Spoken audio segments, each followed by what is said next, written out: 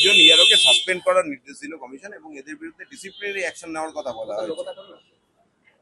সেটা তো second part, departmental যেটা প্রসিডিওর আছে। কিন্তু প্রথমে তো সাসপেন্ডটা করেছেন এবং এই প্রথম সরাসরি সাসপেন্ড হয়েছে, যেটা ইলেকশন কমিশনের আইনে থাকা সত্ত্বেও ইলেকশন কমিশন এতদিন চিফ সেক্রেটারিকে অ্যাডভাইস করছিলেন।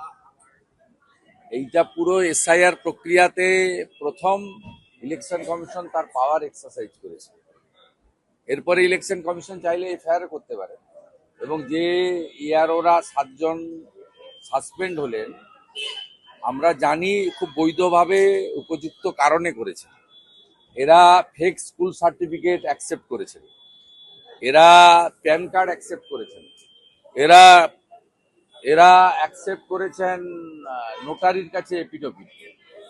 ইলেকশন কমিশনের যে 13টি গাইডলাইন আছে তাকে সম্পূর্ণরূপে ভায়োলেট করেছেন এরা, মূলত তৃণমূলের কথায়, ডিএম বা ডিইওদের চাপে আর নন্দিনী চক্রবর্তীর ইশারাতে, আর নন্দিনী চক্রবর্তীকে দিয়ে পুরো র্যাকেটটা চালাচ্ছেন মুখ্যমন্ত্রী Mamata Bandyopadhyay.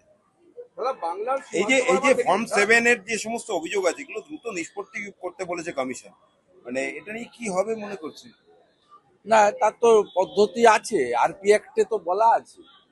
Election commission SIR প্রক্রিয়াতে সম্পূর্ণভাবে যা করেছেন তার সমস্ত সিস্টেম বলা আছে। এবার সিস্টেমের বাইরে বিহার যায়নি, আপনি যাবেন কেন? কোন রাজ্যে, আমি অনেকবারই বলেছি, ইলেকশন কমিশনের কোনো ফাইল মুখ্যমন্ত্রীর টেবিলে যায় না, ওটা সরাসরি এক্সিকিউট করতে হয় অ্যাডমিনিস্ট্রেশনকে, যার নেতৃত্ব দেন চিফ সেক্রেটারি।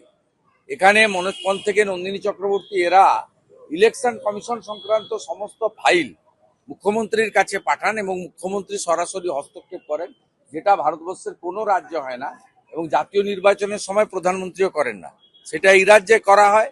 তাই ইলেকশন কমিশন এই প্রথম টাইট দেওয়ার ব্যবস্থা নিয়েছেন এবং মুখ্যমন্ত্রী যা করছেন পুরো এসআইআর প্রক্রিয়াতে বাংলাদেশি মুসলিমদের এবং রোহিঙ্গাদের বাঁচানোর জন্য করছেন। এটা বিরাট সংখ্যায় বাদ যাওয়া উচিত। এটা কি বাদ যাবে ফর্ম 7 গুলো? না, বাদ যাবে না যাবে আমরা লক্ষ্য রেখেছি, বাদ না গেলে তো ব্যবস্থা আছে। ডিওর কাছে আবেদন হবে, ডিও আবেদন না শুনলে সিওর কাছে হবে, সিও আবেদন না শুনলে কোর্ট তো খোলা আছে। মমতা ব্যানার্জি একা কোর্টে যেতে পারেন, অন্য কেউ যেতে পারেন না। যে বেকার ভাতা ফর্ম বিলি বাংলা সীমান্ত বরাবর দেখলাম যে বাংলাদেশের বেশিরভাগ জায়গাতেই জামাতটা জয়লাভ করেছে এবং ভারতে যে অন্যদিকে দেখি বাংলার মালদা, মুর্শিদাবাদ, নদিয়া এই সমস্ত জায়গায় জমি না দেওয়ার জন্য কাঁটাতার খোলা রয়েছে। ফলে জামাতের জয় কি বাংলার আকাশে সিঁদুর এলে কিংবা জাতীয় নিরাপত্তা নিয়ে এখনো কোনো হেলদোল নেই? এপারের জামাত ওপারের জামাত দুটো মিলে মিশে একাকার হয়ে গেছে এবং সেই কারণে কাঁটাতারের বেড়ার জমি না দেওয়ার ফলে এপারের জামাত ওপারের জামাতকে জিতিয়েছে, মানে তৃণমূল, সঙ্গে এখন হুমায়ুন কবির জুটেছে। আর ওপারের জামাত যে আগামী এপ্রিলের নির্বাচনে তৃণমূলকে সাহায্য করবে বা হুমায়ুন কবিরকে সাহায্য করবে, এটা ঘোষিত অবস্থান এদের এবং খুব অ্যালার্মিং ভারতীয়দের ক্ষেত্রে এবং বাঙালি হিন্দুদের ক্ষেত্রে। কোচবিহারের সিতাই বর্ডার থেকে শুরু করে আপনার ওখানে আপনার চাপাই নবাবগঞ্জ থেকে দিনাজপুর হয়ে আমাদের হিলি পার্শ্ববর্তী রংপুর থেকে শুরু করে একদম পুরো পেট্রোপল বর্ডার পর্যন্ত এলাকাতে প্রায় 90% আসনে জামাতের লোকেরা জিতেছে, যারা নারীর অধিকার স্বীকার করে না, মহিলারা শিক্ষিত হোক কর্মে যাক স্বীকার করে না, যারা বোরখাতে মহিলাদেরকে ঢেকে রাখতে চায় এবং যারা শরিয়া আইন চালু করতে চায়, সেই লোকেরা জিতেছে। এটা পশ্চিমবঙ্গের ক্ষেত্রে খুব মারাত্মক, অ্যালার্মিং। এবং কিছুদিন আগেই হরিহর পাড়াতে খাজেরি মাদ্রাসাতে আপনার 7 শেখ গ্রেপ্তার হয়েছিল। সে একজন জঙ্গি, আনসারুল বাংলার সঙ্গে যুক্ত। সে এখানে ভোটার তালিকায় নামও তুলেছে, 3 বার ভোট দিয়েছে। সব মিলিয়ে আমাদের আসন্ন নির্বাচনে আমাদের জাতীয় সুরক্ষা এবং হিন্দুদের সুরক্ষা ভবিষ্যতের প্রশ্ন যুক্ত। তাই পশ্চিমবাংলার রাষ্ট্রবাদীরা ঐক্যবদ্ধভাবে এবারের নির্বাচনে জামাত টুকে এখান থেকে উৎখাত করবেন, এই বিশ্বাস আমাদের আছে। যুবসাথীর ক্যাম্পে ডাক্তারি পড়ুয়া, সিএ, বিটেক, এদের সমস্ত লাইন এক মহিলা কাঁদতে কাঁদতে বলছেন আমি- ছেলে চাকরি নেই। না আমি আপনাকে বলি, আমি 3 দিন ধরে গত পরশুদিন সল্টলেক বিজেপি অফিস থেকে বলেছিলাম, কালকেও বলেছি, আপনি কেন লাইনে দাঁড় করাচ্ছেন? এখন কোথাও লাইনে দাঁড়াতে নেই, সব অনলাইন হয়ে গেছে, পোর্টাল হয়ে গেছে, কেন লাইনে দাঁড় করাচ্ছেন? এবং লাইনে দাঁড় করিয়ে একটা জিনিস সুবিধা হয়েছে, সেটা হচ্ছে পশ্চিমবাংলার যে বেকারদের ভয়াবহ চিত্র, রবিবার শিব চতুর্দশীর দিন সেখানেও 5, 7, 8 লক্ষ যুবক যুবতী তারা লাইন দিয়েছেন, বাবা মা লাইন দিয়েছেন, কি ভয়াবহ চিত্র একদিনেই দেখেছেন। এবং আপনারা দেখেছেন কালকে মিডনাইটে বা আজকে সকালে পেয়ে গেছেন যে অনলাইন করে দিয়েছে। এটা তো আগেই করা যেত, ঠিক আছে দাদা, অনলাইন অনলাইন করে দিয়েছে। আপনারা দেখুন, তাকে অনলাইন করে দেওয়া হয়েছে। আপনার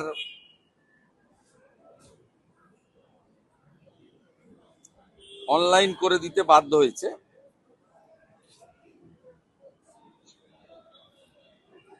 অনলাইন করে দিয়েছে, ওই সাথে অনলাইন। এবং আরো দেখবেন, কালকে একজন আমাদের যুবক বন্ধু পোস্ট করেছে, যাকে আমি রিপোস্ট করেছি এক্ষুনি, সেটাতে সুপ্রতিম চন্দ্র সরকার, যুবসাথী প্রকল্পে আমি নিজেকে এনরোল করাচ্ছি না, আমি আমার কোন রকম তথ্য এই সরকারকে দিতে রাজি নই। 2012 সালে এমপ্লয়মেন্ট ব্যাংকের নাম নথিভুক্ত করিয়েছিলাম যুবশ্রী প্রকল্পে, ভাওতা দিয়ে তথ্য জমা করে টাকার 1 ফোঁটাও পাওয়া যায়নি। এইটা গ্রাউন্ড রিয়েলিটি। আমি প্রথম দিন থেকে বলছি, 2012-13 অর্থবর্ষের বাজেটে যুব উৎসাহ প্রকল্প লিখেছিলেন ডক্টর অমিত মিত্র। অক্টোবর 2013-তে নেতাজি ইন্ডোরে সরকারি সভায় মুখ্যমন্ত্রী বললেন এটা যুবশ্রী। তিনি বললেন 17 লক্ষ অ্যাপ্লিকেন্ট, 1 লক্ষ লোককে আমি দিলাম এমপ্লয়মেন্ট ব্যাংকে টাকা, আমি পর্যায়ক্রমে দেবো। সেই 2017 সালে এই স্কিমটাকে তুলে দিলেন। 17 লক্ষ অ্যাপ্লিকেশনকে কেজি দরে বেচে দিয়েছেন, মানে ওয়েস্ট পেপার হিসেবে বেচে দিয়েছেন 17 লক্ষ যুবক যুবতী। আবার এখানে এই ধান্দাটা চালু করলেন। প্রথমে বাজেট বক্তৃতাতে মাননীয়া চন্দ্রিমা ভট্টাচার্য বললেন আগস্ট মাস থেকে আমরা দেব। আমরা বললাম আগস্টের ভোট অন অ্যাকাউন্ট নয়, এই vote on account April, May, June, July. আপনার এখতিয়ারেই নেই। 4 মাস পরে পশ্চিমবঙ্গে যে জিতবে তারা পূর্ণাঙ্গ বাজেট দেবে। তখন শুনে মুখ্যমন্ত্রী দেখলেন এত বড় ভুল হয়েছে, তিনি সাংবাদিক সম্মেলন করলেন, করে বললেন 15 তারিখ থেকে, উনার নক্তসত্য জ্ঞান নেই, হিন্দুদের উৎসব ওনার মাথায় থাকে না, কারণ চতুর্দশীর দিন ছিল। তাতে বললেন ঠিক আছে 15 থেকে 26 টুল আর চেয়ার পেতে কালকে করব। ভয়াবহ চিত্র দেখেছেন, চাকরি প্রার্থীদের উপরে পুলিশ ডান্ডা মেরেছে, চাঁচলে কিভাবে করেছে দেখেছেন, এবং গাজলে কিভাবে করেছে দেখেছেন। আলটিমেটলি ফাইনালি আবার অনলাইন করেছে। এটা সম্পূর্ণ ভুয়া। বেকার যুবক যুবতীরা এদের ফাঁদে